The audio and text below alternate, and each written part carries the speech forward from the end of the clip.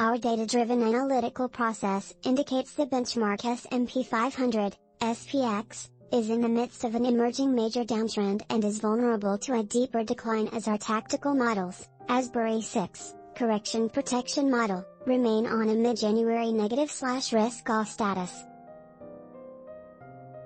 A breakdown below the 4,279 to 4,238 area in SPX, and or below the 14,050 to 13,880 area in the market-leading NASDAQ 100 index, would likely trigger the next leg lower in these key indexes. In our previous February 7th article for Forbes, we said the U.S. stock market was at a multi-quarter decision point as investors tried to determine whether a robust economy and strong jobs market were enough to overcome the adverse effects of rapidly increasing inflationary pressures amid LSA. We identified the 4,444 area in the S&P 500 as a key underlying support level which, if broken, would likely trigger a new bearish trend.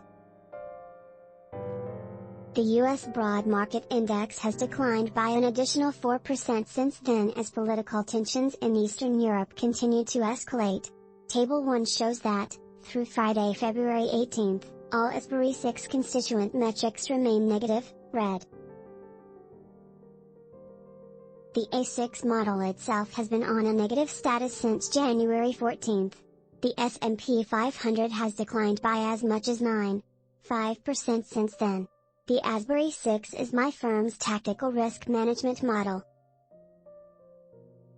It was designed to help investors determine what the real day-to-day condition of the market is in an environment where computer-driven trading, which dominates daily stock market volume, has made investing in equities much more nerve-wracking and confusing. As long as the A6 remains on a negative bias as it is now, any market rallies that emerge are likely to be short-lived and unsustainable. How to interpret the Asbury 6, 4 or more metrics in one direction, either positive, green, or negative, red, indicate a tactical bias. The dates in each cell indicate when each individual constituent of the A6 turned either positive, green, or negative, red. When all Asbury 6 are positive, market internals are the most conducive to adding risk to portfolios. Each negative reading adds an additional element of risk to participating in current or new investment ideas. Chart 1 below shows that the S&P 500 is hovering right on top of the 4,279 to 4,238 area that I referred to above. It represents the May 2021 high and the July and October lows, and loosely defined the index's most recent low on January 24th as the market recognized that level.